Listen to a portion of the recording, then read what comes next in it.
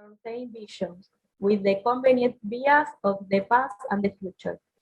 For those who identify with history, those who opposition parties or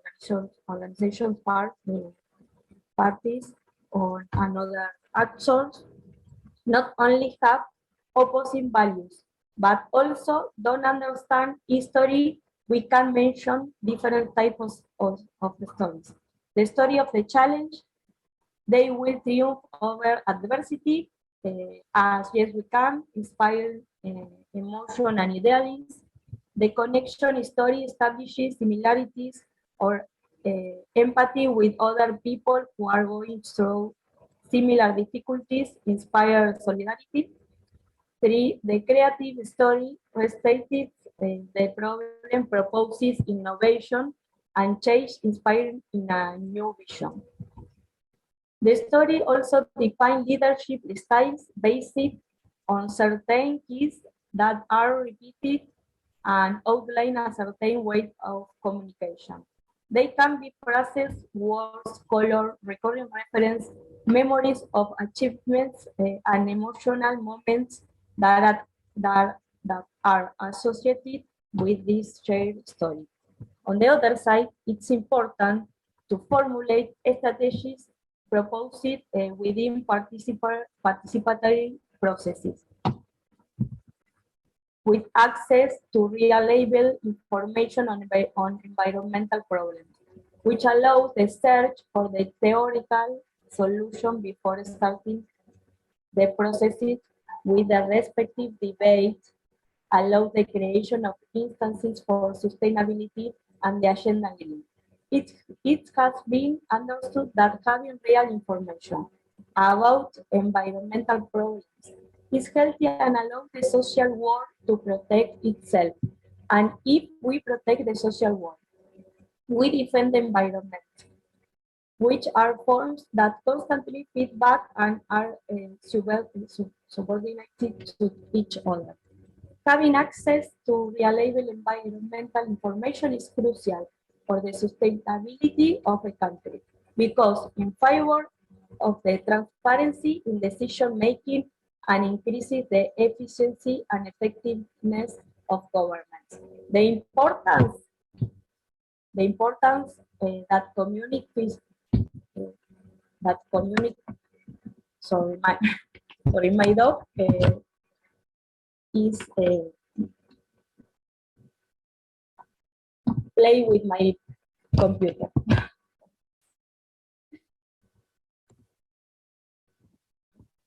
Having access to reliable environmental information is crucial for the sustainability of a country because it favors transparency in decision making and increases the efficiency and effectiveness of the government.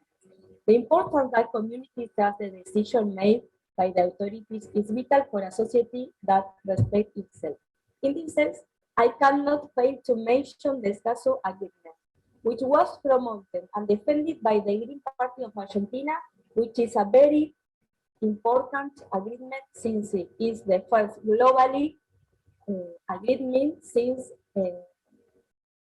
binding regionally treaty on human rights and the environment that establishes guarantees for the protection of human rights defenders in environmental matters, an extremely relevant issue in the case of Latin America and the Caribbean, considered the region with the highest rates of danger for these groups. It proposes to ensure that everyone has access to information, participates in decision making, and has access to the justice in environmental matters. From the Green Party in Argentina, we work for its effective implementation, and we see it as a tool to guarantee transparency and access to information on environmental matters in our region. To conclude, I would like to say that it's possible to communicate our message confront environmental misinformation, but building a bridge of hopes and involving everyone in this process and inspiring message to change the world. Where we need the receiver of this message to know that it's necessary to this change, and that it has the power always highlighting that we fight for a better world. And we affirm that without environmental justice, there is not social justice. Thank you very much. Thank you so much, Fabiana. That was very wonderful. I want to request all of you who have questions, please put your questions in the chat box. And I want to, Lucy and I, we are co-conveners of Climate Working Group, and we are facilitating this webinar for you. So I would now like to invite Lucy to introduce the next speaker. Okay, thank you so much, Sigida, for that, and thank you so much for our first panelist for sharing that information to us. So our next, I'm gonna give Karen some time, she just joined. So I'm going to introduce our next panelist, who is going to be Raura. Raura is from UK. She's a British Olympic sailor and 2 times Olympic sailing coach for Australia and Hungary. She is a mother driven to defend the child's future. And she is also in the England and Wales Executive Green Party Campaigns Committee, World Olympians Association Environment Committee. She is a spokesperson, an activist for Extinction Rebellion and Ocean Rebellion and Established Transition. Together group.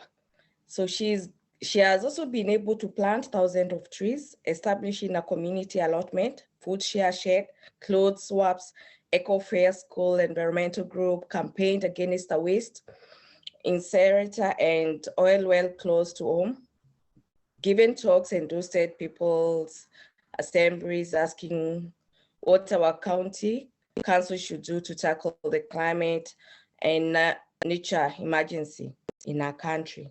So I'm going to welcome you, Raura, so that you can share your experience. Welcome. Thank you. Thank you, Global Greens. I'm really grateful to have this opportunity to share snippets of my story. I am just going to try and share my screen. You have created some nice slides to help visualize this, bring it to life. There we go. So you know, my life experiences have really taught me how incredibly powerful the stories that I tell myself are in defining and shaping my life, how the body achieves what the mind believes, and how if you think you can or you think you can't, you're right. Sport taught me to be brave. You know, it taught me to push beyond perceived limits, to rise up to and to overcome challenges, even when they seem insurmountable. Sport taught me the need for commitment, to be resolute in the best steps to achieve my goals. I have lived my life by the motto, dream, believe, achieve. And the quotes, if you can believe it, you can achieve it. Or if you fail, that success is a journey, not a destination. And there has never been a more important time in history to believe that change is possible. My bubble of contentment burst in January 2019 when I learned that the planet is in a state of climate and ecological emergency. I mean, how I didn't know this before. I studied sciences at college and university, and yet, well, the fire of desire relit inside me, and I had a new goal, defending life on Earth. I'm motivated by knowing that one day I will have to look my child in the eyes and tell him what I did whilst there still was time to act. I need to be clear of conscience in that moment, able to tell him that I did everything I could think to. My love for him is so strong that I would give my life for his. I would run out in front of an oil tanker to try to save his life.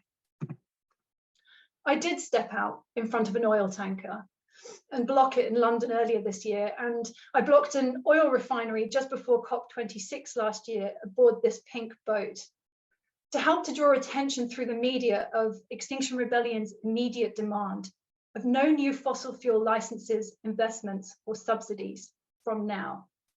It's not actually going very well in the UK. We've still got a lot to do there. You know, it was a really nerve-wracking thing to do, and I knew that I risked arrest and my civil liberties.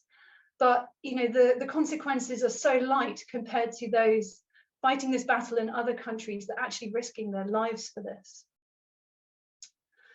You know, taking action like this helps to create visual images that help to tell the stories that need to be told through the media.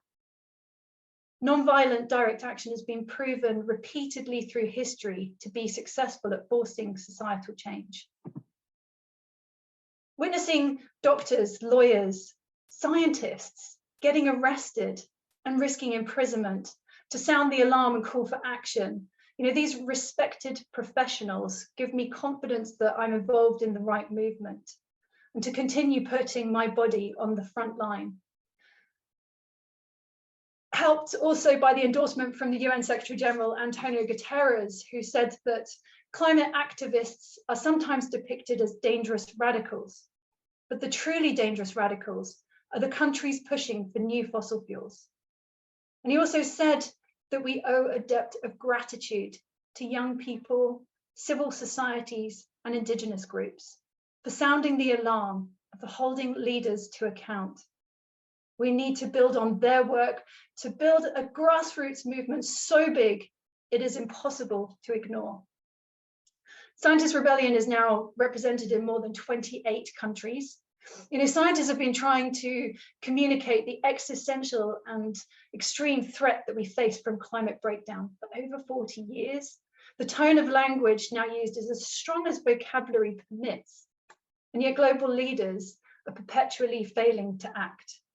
So more and more scientists are pausing their work and engaging in non-violent direct action to sound the alarm.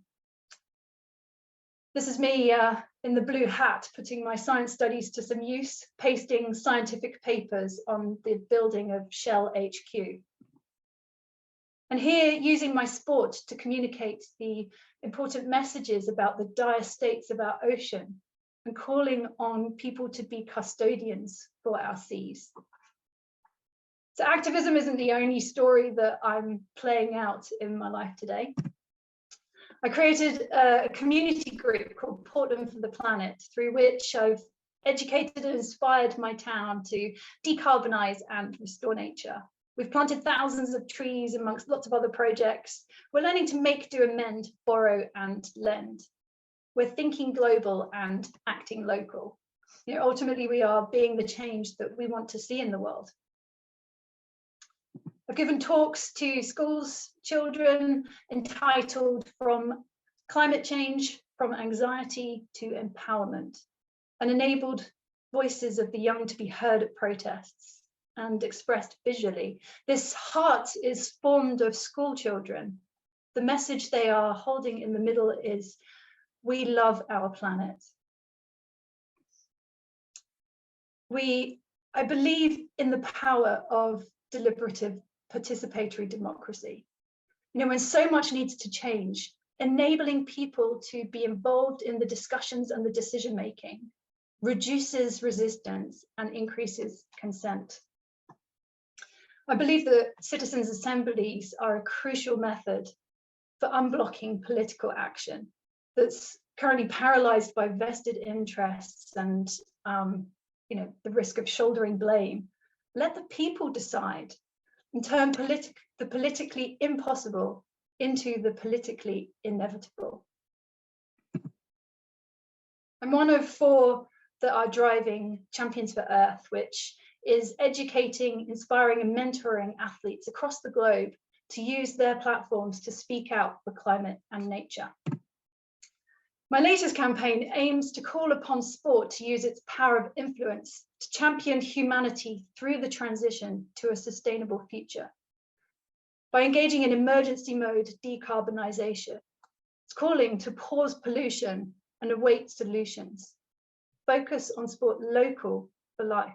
I realise the privilege in being able to be in a position to campaign on such a thing. When communities are competing for survival, you know, their livelihoods and lives being torn apart by climate impacts, people suffering social and racial injustice. It is for them and it is for everyone that I try every angle, including the political angle.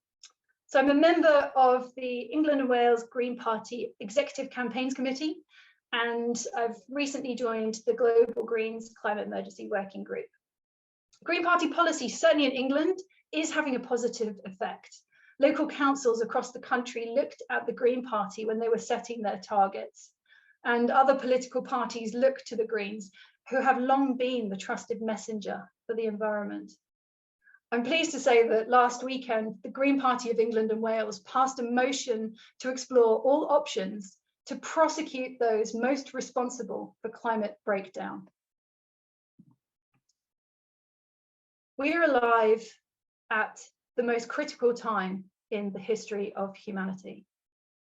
We are the first generation to know that we are destroying the planet and the last that can do anything about it. We need courage to stand up against those destroying the living conditions, those committing ecocide, those setting the rules, the government officials bought out by fossil fuel executives and the billionaire media barons. COVID proved that when there is political will, everything can change overnight and in an instant. It proved that when people understood the threat, they were willing to make tremendous sacrifices to safeguard those they love. Making the necessary changes shouldn't be feared, it should be longed for, dreamed of, and demanded. What comes next could be the best chapter for humanity yet. It could be beautiful, rewarding, and will most certainly improve the living conditions for the majority. To achieve this, difficult as it may seem in this instance, we need to help ourselves to feel happy, because happiness enables us to access the parts of the brain that solves complex problems and comes up with great ideas. We need to be creative, and creativity gets switched off by feelings of stress and by being busy all the time. We need to give ourselves time to daydream and to come up with our greatest ideas yet. Each of you has opportunity to think up and make happen the changes we need to safeguard the living conditions for life on Earth. Find your purpose. Then focus on your contribution to help you to stay positive and motivated and to avoid the paralysis from collective failure. Be a part of the new regenerative, fair and just story of humanity, regaining our balance with nature. Break free of current perceived constraints and vision our miraculous comeback. If not you, who? If not now, well, it has to be now. So get excited, get imagining, because it's time to dream, believe, and achieve. Thank you. Thank you so much, Raura, for that. That was wonderful. We have learned a lot. And I want to take this opportunity to welcome Sigida so that we can have our next panelist. Thank you so much, Lucy. I want to invite our next panelist. Dr. Amita is from Canada. Amita holds a PhD in astronomy and astrophysics from University of California, Santa Cruz. There, he research focused on black holes, wormholes, quantum effects, and the early universe.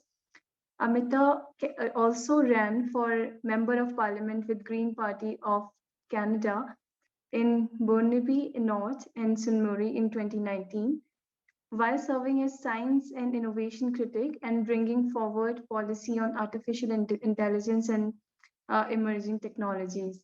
Amita then ran for the leadership of the party in 2020, and volunteered locally during 2021 elections. While at the university, Amita led the advocacy group supporting the inclusion of marginalized people in the science and scientists in the political process. Amita co-founded and served as a director for Moonlight Institute, a non-profit that develops climate tech and decolonial policies, as well as frameworks for the just and equitable future. We welcome you for your storytelling, Amita. Please go ahead. Hi, everyone. Thank you for having me today. I don't have any beautiful slides like other people do. I'll be focusing a little more on story itself in the way it can be bringing us into this space. Yeah, so thank you. And it's wonderful to be here, especially in tying threads to climate justice and the importance of raising not just awareness, but making sure that countries in the global north do their work for the impact that they've had from our prosperity for the global south. So I think right now, in serving as the interim leader of the Green Party of Canada, I've seen how important it is to have story in part of our political communication, because it is really so hard to get everything that we have to communicate across to people. And this is talking to other lawmakers, this is talking to people in the general public, as well as even in our own organizing. And that's largely because people have difficulty connecting to rhetoric, to facts, to all the things that are generally presented in the political world. It keeps people out of politics and policy because there's nothing there that grips people. And really getting the support that is required, getting the action that is needed on climate requires that people connect to each other. It requires that people connect to climate change itself and the experience of it, and feel that sense of community, and in this case also global community, and fundamentally understand what it is that we're up against in terms of climate change, which is often the piece that people do not get. They might hear about stories of extreme weather, they might see pictures, but they don't quite understand what it is that it is for us to have to face coming up. And in that case, it's just some idea far off in the distance that we get to eventually. And then we also hear the stories of people once they've experienced something for themselves and it's real, it's then everything to them. And we saw that with the COVID-19 pandemic as well. People would say, oh, this is impossible. And then once they experienced it, it was suddenly real. So to make climate change something that people take seriously before they experience it, I think it takes that story. It takes getting people to connect to something that they have yet to experience themselves. And I've found that the strongest way to do this is through personal story, not telling stories about others that are far away or things that people aren't familiar with themselves, but sharing what we have gone through individually, because that sort of narrative is what creates that connection and the ability of people to understand what it is that we face. And there's this other thing that happens, which is that it's really much harder for us as humans to understand things that are happening far away and something that we don't relate to as much. So the importance then sits on sharing with each other the stories of things that we can understand, things that are so personal that we feel deeply on a human level what it is that the person is sharing with us, even if there are aspects of it that we don't relate to because our lives look very different, that in fact, there's something there that holds us.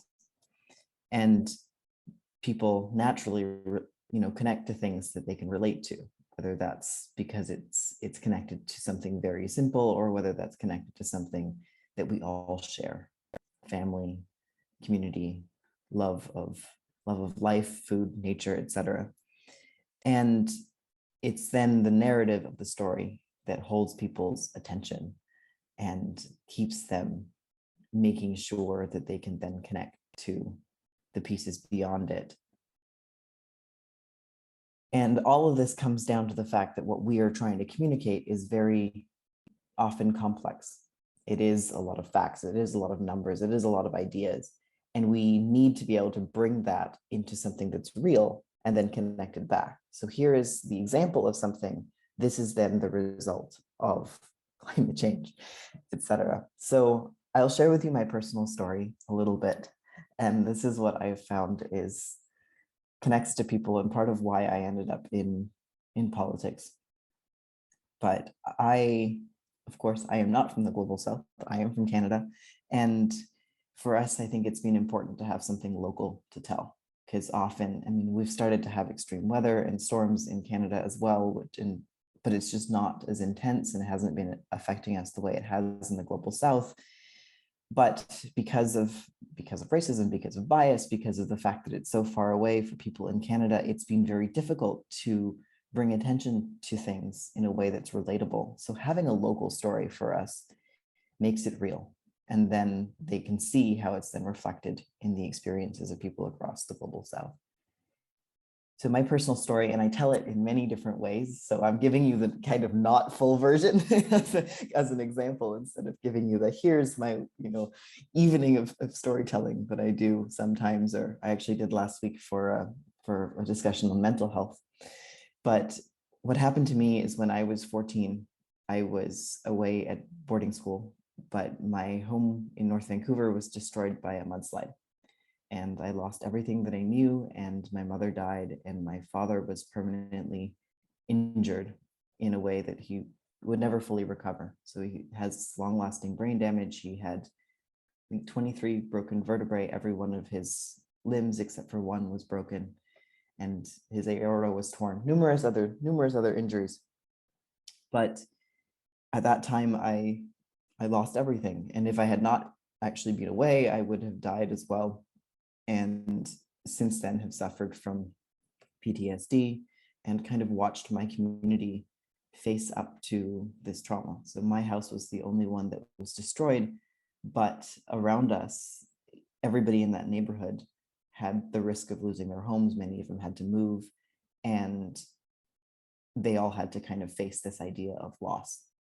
And it was a community trauma and also very small. I say that this is a kind of experience of privilege because I had so much to lose in the first place, but also because I managed to make it through afterwards very easily with everything that I have. And that's not necessarily true for people going through climate disaster, generally much larger disasters than this.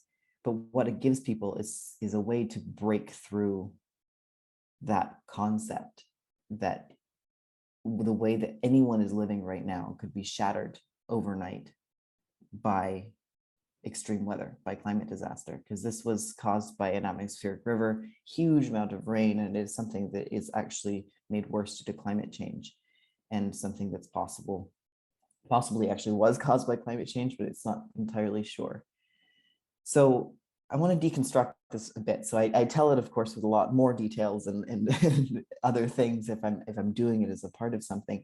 But what I always find is there's certain aspects of the story that I think when we tell our personal stories actually get people to connect. And I want to kind of share that with you so you can take this and share whatever it is you've experienced or you've gotten to know well to help others understand climate change. And one piece is the scale. Absolutely, talking about the experience of one person, people connect to that more easily than talking to the experience of many people or large groups. It's just a psychological aspect of us that we relate better one-on-one than it is to hearing about hundreds or thousands of people going through something, because it gets to a scale we don't understand. And the other thing is that the idea of somebody coming through something like this gives people hope, because the idea of surviving, of thriving after loss is what often stands in the way of people in denial, because they're so worried about losing everything that they can't face it. But the idea that we can go through loss, we can go through change and still make it through gives people that idea of hope and possibility to face up to denial. But most importantly, it makes it real. That, as I had mentioned, the idea of getting through that wall of, especially in the global north, people thinking, oh, it would never happen here. So seeing that somebody with otherwise everything else staying the same could go through complete loss gets through that barrier. So I think my biggest suggestions and kind of ideas on current challenges and areas for growth is that storytelling and personal storytelling is kind of what we really need, because it brings us into that space of hope in a world that is very much struggling with despair and denial. And it gives us the possibility of reaching people and decision makers. I find that telling my personal story to politicians is really great. Like, I don't speak as much to climate change deniers as I do to politicians. And when they hear it, they can't say no to you. And So my advice is to give the stage to story, whether it is for people that you know at events, or whether it is just in political communication, in public communication, because that is what draws people in. Often the science is what we need to get to, but it starts with that connection that we need to explain to people, and that's what people get and understand. And I think that right now, our best hope for change, our best hope for getting action on climate is about the creation of community and connection, and especially being able to do that across boundaries, across borders, across the world, so we can foster that mutual understanding, that care, that compassion that is so difficult at the scale that we tend to work with. And that when we get together, and this was mentioned before, that we dream up the world that we want together. That starts also with connection, with understanding all the different possibilities for our world. And that can allow us to create change and a planet that we can thrive on for generations. So thank you.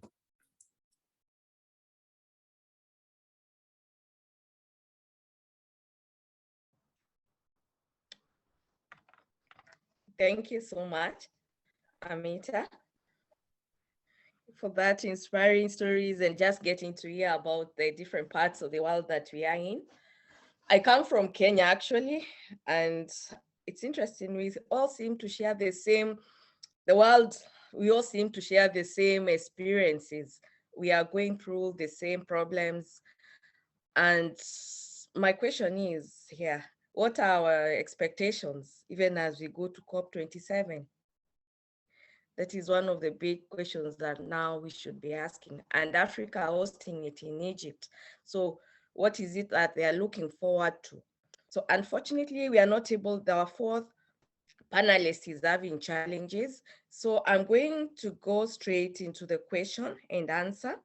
So do we have any questions?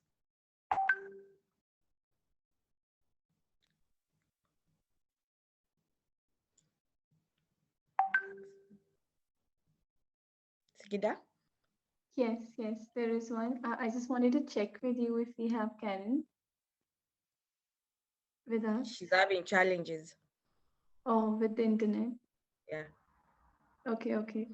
So yes, I did note one question, and anyone or all of the panelists can answer this question. There was a question in the chat box which talks about how can we involve or link the current conflict between Russia and Ukraine and also global crisis in making effective digital climate change storytelling. I can repeat my question, but I would suggest that I'm going to take this question to all the panelists one at a time. So I may want to start with anyone, like maybe Dr. Amita, you can start with that. And then we just rotate around with other speakers. If you want, I can repeat the question. Yes, please repeat the question. Okay. Yeah. So the question is, how can we involve or link the climate conflict, how can we involve or link the current conflict between Russia and Ukraine and also global crisis in making effective digital climate change storytelling? So if you want me to paraphrase it, I think what the question means to say is that how can we relate the conflict which is ongoing? There's two parts to this question. One is the conflict between Russia and Ukraine, which is going there, and also the second, the global climate crisis that we are facing, and how can we involve digital climate change storytelling? You know, like how can we involve tech to that in the light of that? If you can answer this question. Yeah, long question. I will try. So I think first, the underlying causes of the conflict are the same as the climate crisis, and that it gets down to that. And I think that that's true in a number of different ways. One, it's structural, from the fact that the way that our governments are set up, regimes are built, it's very patriarchal. It's built on the same sort of colonial mentality. All of that gives rise to the sort of attitudes that make people think destroying each other in war is a good idea. But more directly, this is also conflict over resources and conflict over oil and gas, and therefore fossil fuel expansion has everything to do with this. And also people, you know, entire discussion now about getting off fossil fuels resulting from this. So that's kind of a direct link. I think that in storytelling, it's very much actually explaining this, showing the details of why. Go back, give people a quick version of history as to why these conflicts, and especially this conflict, is related to fossil fuels, but also dig into the systemic thing. And I think that getting that across digitally just means reducing that information to a few key points, getting it into something that people is really digestible, so that you can actually just put it out there in a few words, short videos, all sorts of things, and connect it to the current experiences people are going through, but make sure that you're getting that systemic and historical context. Thank you so much. I would now request, we have Laura here to maybe answer this question. Yeah, she's from UK and quite near to the, quite near to Ukraine and where all this crisis is going on. Basically, what the question is that, like, how the storytelling would play part in that, particularly when we see the conflict in Russia and Ukraine, and as well as the current climate crisis we are in, and how we bring the story digital. Yeah, Laura, well, can you- it has, thank you, Sunida. It has actually, the war in Ukraine, the Russian war in Ukraine, has really helped us here in the UK to communicate and to really bring alive the climate issues, because the two are so aligned. The underlying core, big issue of it all is fossil fuels. And so linking the war, the cost of living has escalated, uncontrollably, like double, triple almost in this country for energy. And that's really bringing it home to people. They are suffering, they're struggling to pay their energy bills. And they're seeing that this is a direct cause link to the war in Ukraine. And the solution for that, for our energy crisis, is the same as the solution for the climate crisis. And so that message has been really clearly linked together now and communicated through the media.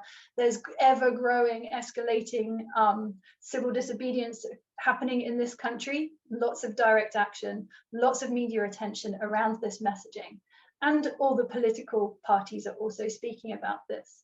With renewables now being 9 times cheaper than gas and oil, it's really helping to make everybody in this country at least aware that we must stop fossil fuels and transition to renewables as quickly as possible.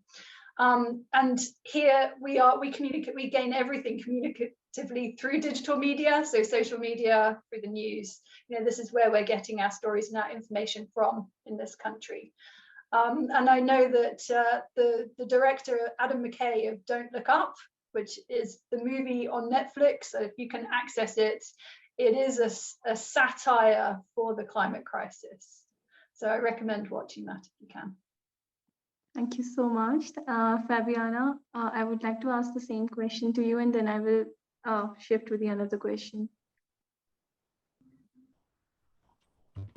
Can you hear me, Phil, or Yeah. do you want to repeat it? Yeah. No, I want to answer the question to the global north with the global south, no? You want to know the question again? The first question, I think. There's this question in the Yeah. chat box. Please, I can. how to communicate one-to-one if we haven't yet experiences lost to. We in the north try to pair up with people from south. Yes, I think it's very important to work together to the global north. I'm from Argentina and I live in the global south, and we need your help, your help in all the senses, not only in finance too, but it's necessary to work together in the communication, because in the global north, you need to know our situation with the transition, with the ecological transition, and with the human rights, and with the environmental justice, we have a situation that we need to your help, and is it necessary to work together in all the senses and in the communication too, because we need to do and storytelling and to building our history together. We are only one planet. Thanks. Thank you. Thank you so much. As now we know that the COP is around, and COP is one of the biggest, place where all the countries come together and do climate negotiation. And the theme for this COP is loss and damages. So we have another question in the chat box, which is that what do you hope we achieve at COP27? And how can we use storytelling to influence change at COP27? So again, I will go around all of you to ask these questions. Maybe I'll directly go to Dr. Amita first to ask this question, and then I'll come to Lauren, and then I'll come to you, Fabiana.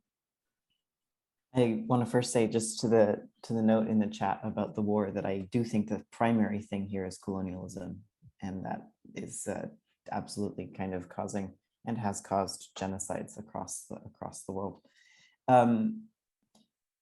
What can we accomplish at this COP? I feel like after the last number of COPs, my own sense of hope of how much we can get global governments to agree to things is unfortunately dwindling, and that's not the answer you want.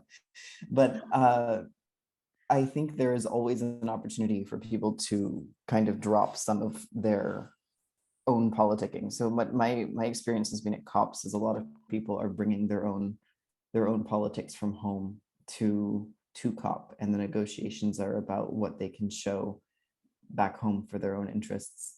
And so I think in that, giving people the pressure that they need from home does a lot of good.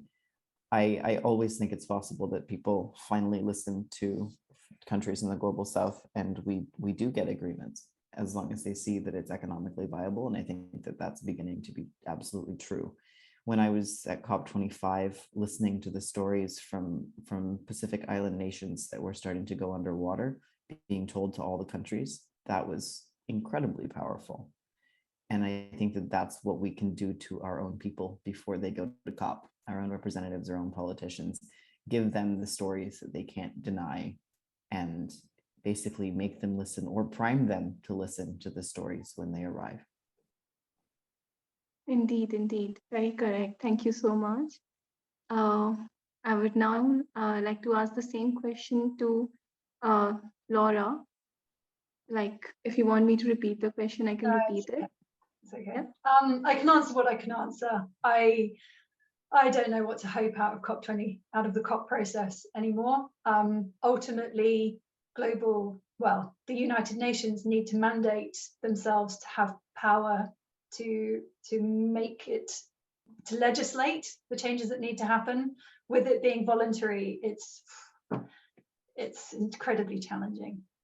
Surrounding storytelling, I attended COP26 because it was in my country, and that's where we met. And just every day I was brought to tears hearing the real life stories of those that had traveled in from the front lines of where they're being impacted worst from climate catastrophes. And it made it so real for me, and it gave me such an incredible motivation to use my voice and platform to be able to speak out and defend and to try to push for change. Perhaps the best I could hope out of COP27 is that it's so obviously awfully not going to take us in the right direction that it really motivates everybody with any power of influence to go, enough is enough. You know, people, if we were en masse, could have the power to change things, and we just need as many people as possible to realize this and to make it happen. Yes, that is quite correct. Even I attended the last COP, and even the country which I come from, India, we have so many such stories, and we have experienced it ourselves. So yeah, the hope from the process is less, undoubtedly, because of the lacking mandate. But yes, the storytellings are powerful and good way to sensitize the policymakers. I will quickly now go back to Fabiana and ask you the same question. If you want, I can repeat the question again. Fabiana, can you hear me? Yeah, sorry, can you repeat the question? Yeah, I will. The question is, what do you hope we achieve at COP27, and how can we use storytelling to influence change at COP27? When I was in the COP26 with Nigda, and we worked a lot in conferences and in the demonstration on the streets. For me, this is difficult in this COP because the demonstration, I think, is prohibited in Egypt. But it's an opportunity for work a lot the communication and the storytelling, because we need to use the other tools that we have in if for example we can go to the street, but it's very important to work together because we need to do videos and pieces of social media, but we need to share all our social media, because the people of the all the world we need to interesting in our content, no? And I think that I I wait for the COP27 that we work together in the communication, and this is in the COP26 we work in another thing, but uh, in this COP for me the communication and the storytelling is a really good tools for communicate our demand with the doubt for the global south, and we demands in the COP27 in general. Thanks. Thank you so much, Fabiana. Lucy? Thank you so much, Fabian, for that. So I'm sorry, I think Karen has just been able to join. We'll give her just 5 minutes and she can just share about her story. I'll just do an intro about Karen is a 9-year-old girl and she's from Kenya, and she has been a model and an environmental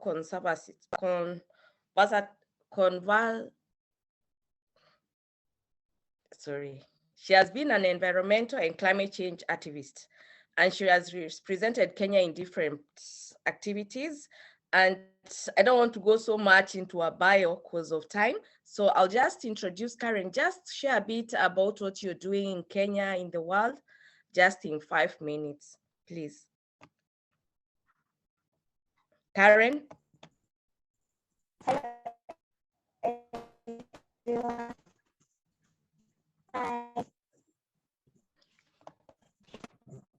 Hi.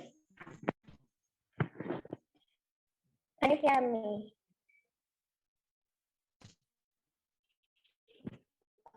Karen, you're having some internet. Oh. Can you hear me?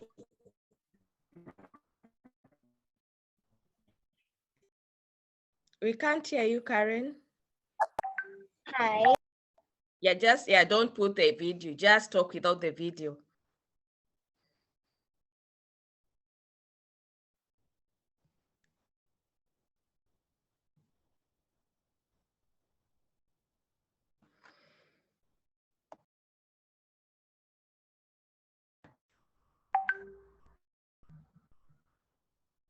Okay, I think she's still having challenges about, with the internet. So I'm going to just ask one last questions to the panelists. And I'm going to, what do you think is, how can we best have an impact as we go to COP27? So I'll first go to Rara. You can start by answering that question. How can we best have an impact at COP27? Was that the question? Yes, please. Yeah. I guess that is a very good question. And from a global Greens perspective, or from us as individuals, from a global Greens perspective, Yeah. I think there is great power in truth telling. I think that the honest truth is that the Green Party set out to save, humanity from the climate crisis through the political route, and that we're now really in the final moments of time to actually make a big enough difference. And winning slowly is the same as losing in this battle. So perhaps by standing up and really being honest to the world and saying, we've almost failed, we're out of time, that this is absolutely an emergency and we have to act now on this. And to let all the people hear that, especially at the end of COP, if they fail again, that these leaders are not going to save us, and that we must now save ourselves, and that there is so much that we can all do within our own communities, and to then share the stories of all those positive things that we can do, because the transition absolutely would be the best chapter of humanity yet. What we need to do really should be dreamed for and brought into a reality. Yeah, I think that's it. We've got to just actually make the changes happen. Do it on the ground. Thank you so much, Rara. I'll ask the same question to Amita.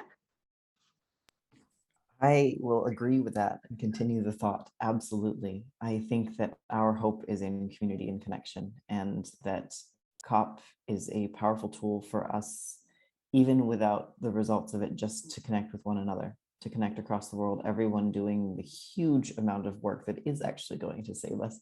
I fully believe, and I want to continue that concept into the power of community building, but also the at this point, absurd amount of hope that I've been carrying around for the future, especially while facing up to the horror of it and all the dangers and the risks and the inevitability. And I think that honestly, that comes from my experience. In losing everything, I don't fear it. I know that our road is not going to be easy and will involve a lot of horrible experiences, and has already for many, many, many people. But that does not preclude us building a beautiful world that we're all actually taking care of, that in the midst of it, we can create something far more beautiful, far more healthy than we actually have right now. And that in getting together at every moment that we have and dreaming and building, that becomes more and more possible and probable, no matter what we have to go through together. And in fact, having each other will make whatever we have to face absolutely doable, because we can face it together, and with art and beauty and music and joy. Thank you so much, Amita. I'll also ask the same question to Fabian. Yes. I think that we need to demand the implementation, real implementation of mitigation and adaptation measures, and that the climate and mission presented are met now. Because, for example, in Argentina, the governments and politicians present a good climate ambition, but when they come back, this climate ambition is disappears. No, they they don't they forget this climate ambition, and we cannot take a single step back, keep saying that the doubt is with the global south. I insist with this because it's very important for us. We need to demand compliances with the Article 9 of the Paris Agreement, and emphasis that we have little time. Thanks. Thank you so much, Fabian. And we are going to, I think we are done with our webinar for today. We are going to close. Sorry, we could not have Karen actually share about, but we are going to, she had sent us a video. We are going to post it on the Facebook pages and share with you. so that you can just be able to see what she has been able to do at an early age of 9 years. I think she has done a lot. And thank you so much, Laura, Hamita, Fabian, and also our attendees. Thank you so much. And we are closing the webinar now. We look forward to having the next one, which is will be on energy. Thank you so much. Good evening, good afternoon. Ciao. Thank you. Thank you.